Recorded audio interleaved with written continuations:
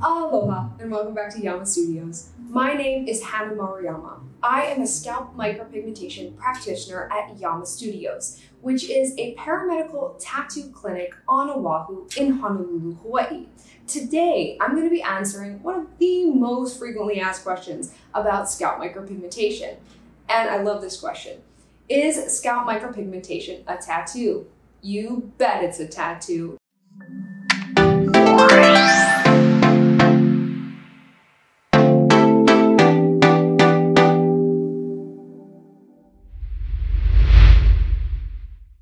Scalp micropigmentation, while different from traditional tattoo in ways I'm about to explain, is absolutely a tattoo. I feel it's very important when discussing this to let folks know, especially prospective clients who may be considering it, that scalp micropigmentation is a tattoo. That's part of the benefit of scalp micropigmentation itself.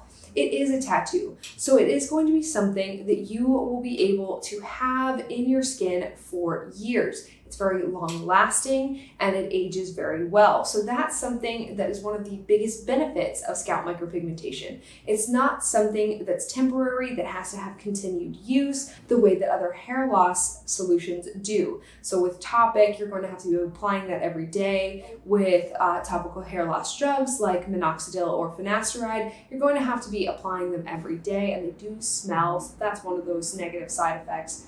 The thing about hair transplant is that you are going to have to do a lot of maintenance. Usually folks don't get just one hair transplant. You have to get multiples and you have to do it in stages. It's very expensive, there's a lot of recovery time, and it doesn't have the benefits of being as low maintenance as a tattoo like scalp micropigmentation.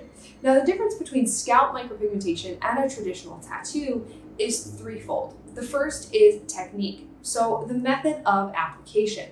The second is the needle that is used, as well as the machine that is used, so the tools. And then the third thing is the pigment. So when you are doing scalp micropigmentation, you use a technique that is much more shallow and much more precise than traditional tattoo. There is less needle contact and less pressure applied to the scalp in order to prevent something called blowout, which is where the ink spreads underneath the skin after application. The second thing that I mentioned are the tools of the trade, which is going to be a digital rotary machine, which is different from a tattoo coil machine used by traditional artists. My machine has a different computerized system that controls the speed, needle depth, and level of vibration that it applies ink, or pigment in this case.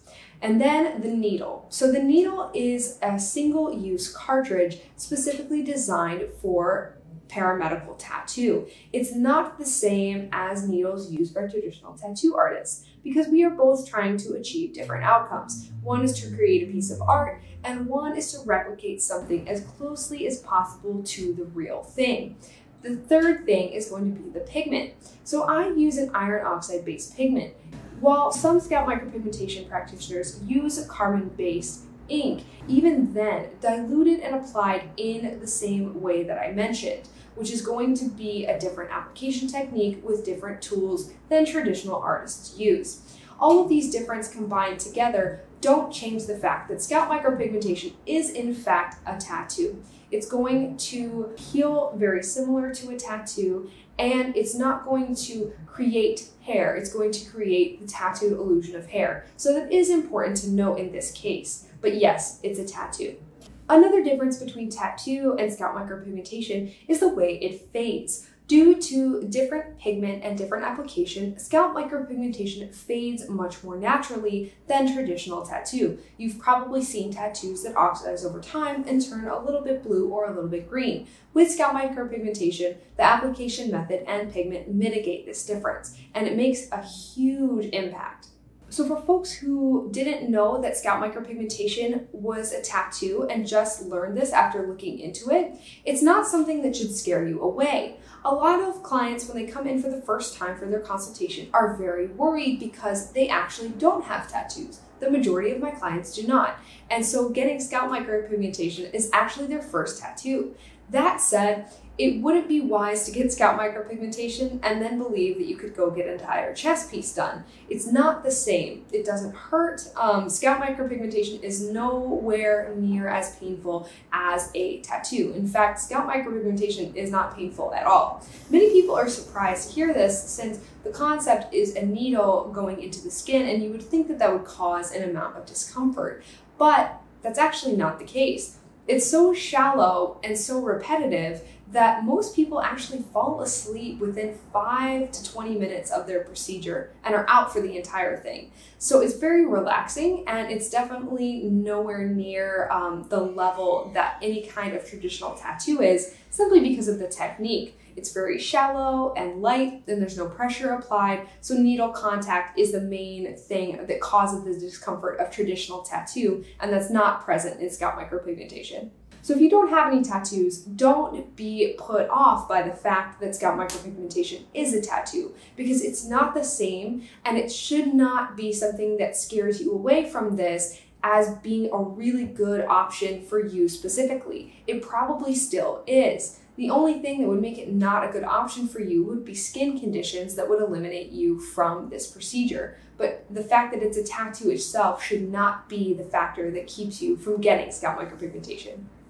All right, folks, that's all for today. I hope you feel like you have an answer to, is scalp micropigmentation a tattoo?